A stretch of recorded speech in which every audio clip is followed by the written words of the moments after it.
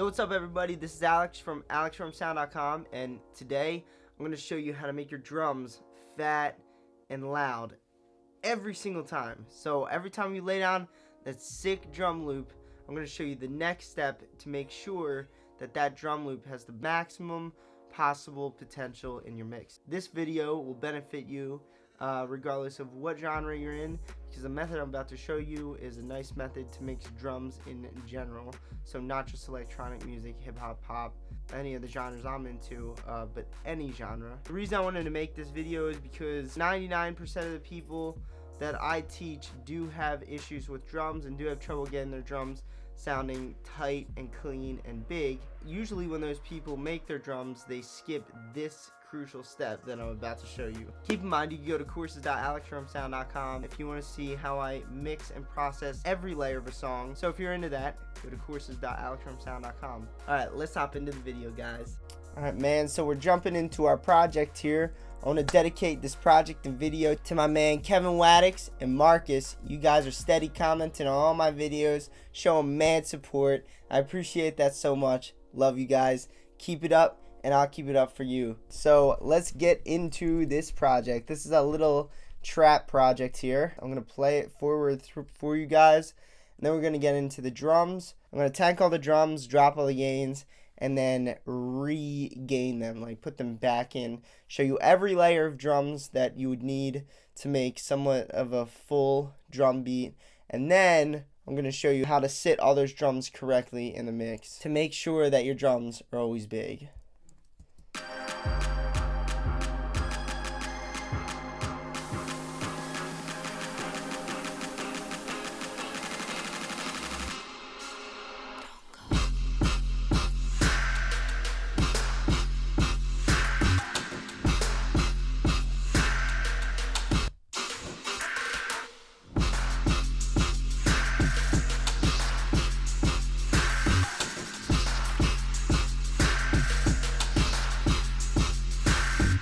So right there, sounds awesome, sounds really big, the drums breathe really well. But here's what I'm going to do, I'm going to solo out all the drums. So of course I had to pick like the biggest drums that I ever had. I would have rather done this with like smaller drums, it would have made more sense, I feel like. But no matter how complex the drum beat or how big the drum beat, you're still going to approach it like this. So here's what we're going to do. We're going to take the most important drums, which are the kick, snare, and the hi-hat, and we're going to mix them first. I'm going to show you how to do that. And then we're going to take all of the extra drums, like some tom hits here, some stick hits here, some open hi-hats here, cymbals there, and I'm going to show you where to put them and how loud to make them. This goes for any genre too. I want to keep mentioning that because that's true. This isn't just for big trap genres like this. So here's what I'm going to do. This is how I make drums all the time. I lay down all the drums that I think I'm going to use.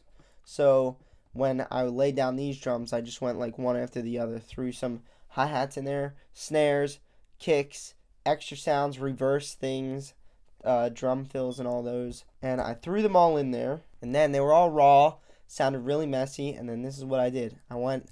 Started at the kick, and this is where the important stuff starts. So get your pens and pads ready, because you got a lot to learn. Oh, the kick is called snare. Alright, so you take your kick, and then you take your main snare. So not like the extra layer, you're taking the main sound of the snare. So we're going to take... And so here's what I'm going to do with the kick.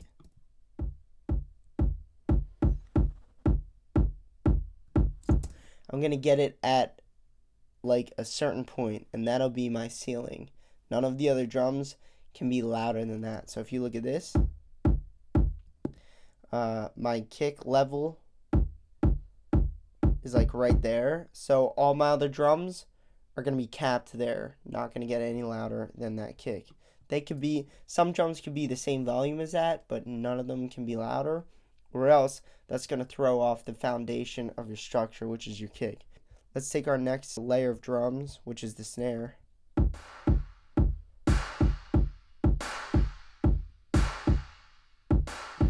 And what I'm going to do is by ear bring the level of this snare up so that it sounds like it's as even as possible audibly with the kick.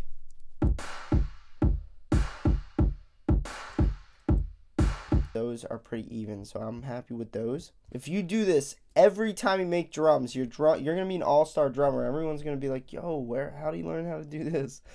I swear to God. So kick and snare, that's our entire meat right there. Everything's gonna move into these from the back and be slightly less dominant as those two things. So let's take the hi-hat, because that's what I like to consider the next most important layer.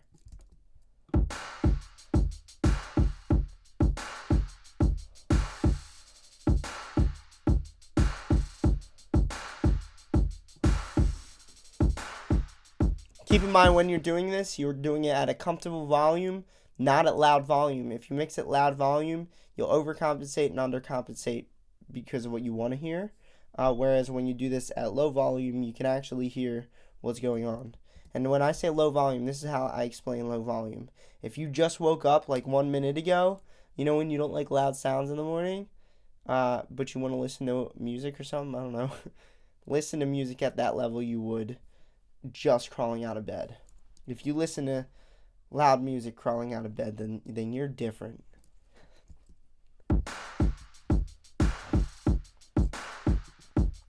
Alright, so I like where that hi-hat's sitting. Let's take this thing. I don't know what this is, open hi-hat, I guess. And let's bring this in.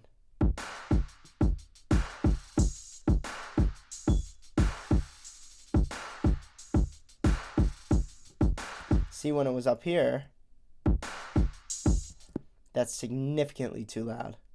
Blows away that snare.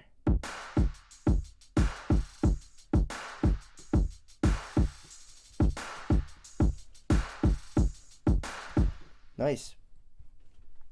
So now let's bring in whatever this thing is. Looks like just another piece of percussion.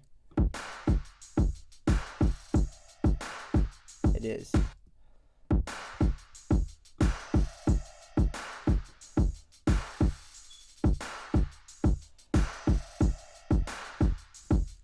It's just a layer for the snare. Anytime you have a layer for the snare, it is not to be louder than the snare. It always has to be just slightly quieter than the snare, or else it's going to throw off one of the most important elements in your song, which is the snare. Also, elements like this, which are like kind of background layers, you have to spread them or pan them. They can't be. They cannot be in the middle.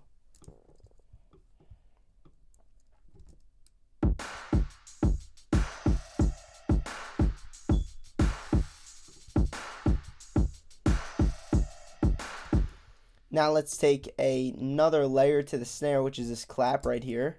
And I'm going to show you how to bring in a layer of a snare, another layer of a snare, which is the clap. Keep in mind the rule we just discussed. If it is not the main snare, which is right here, we're going to pan it or spread it a little bit, and it's not to be any louder than that snare.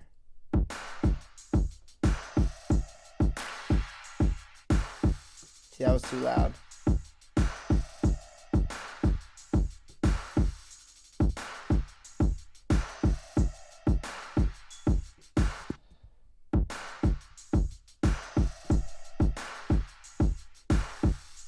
So this, I don't want to spread it too much, but we do not need all that power on the transient, which is the attack of the snare. So I'm just going to do it that way with a little bit of chorus. Alright, now let's bring in these reverses. I hear a lot of people messing these up pretty regularly because they make them too loud. The point of these is to be like a little breath before a nice big old transient. So if you have these louder than that big old transient, then you're in fire. Which means it's not how to do it. So I'm going to show you how to do it. Watch.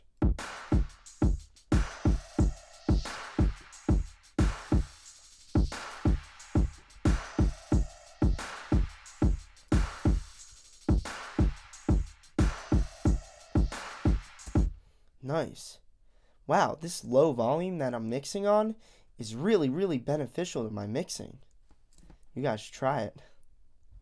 Alright, so remember that rule I just discussed? If it's not, oh wait, I don't think I said it yet. When you're mixing, you have to keep in mind what your mono is, and your mono is your kick, sub bass, snare, and lead. So if you're not mixing one of those things, it's got to get panned or spread. So now what I'm going to do is I'm going to turn down the kick to kind of make it more even with everything, and possibly maybe even the snare as well.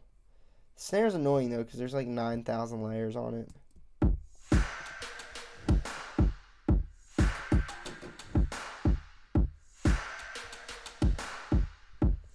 Like that, you have mean drums. Now drums don't end there, so yeah, these drums are mixed pretty well.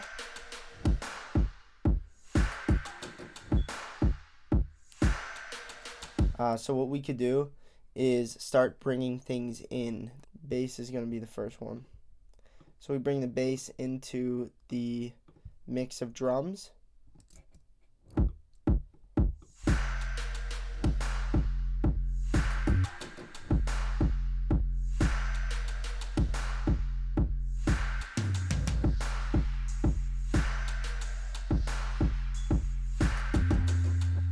Alright, let's leave it there for now, and let's grab our background chords. Chords in general are supposed to be significantly quieter than a lot of people perceive them to be. A lot of times in electronic music, you hear these fat chords that are so big, and people think that they're just loud and perfect sounding chords, but usually that's not the case. Usually the case is they're just mixed well, and they're a lot quieter than you think.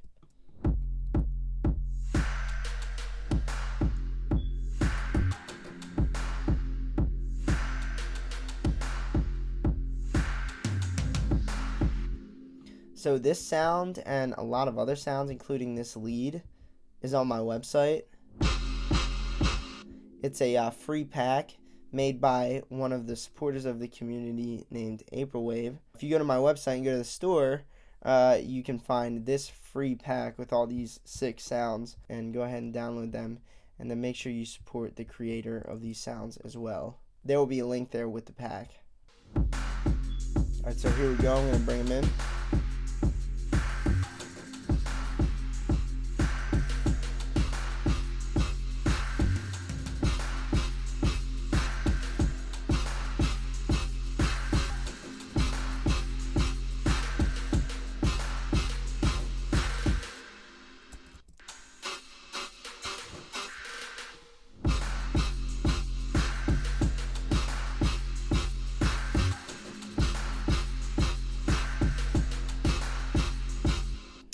Alright, and so that'll be a nicely mixed drop right there just from balancing everything.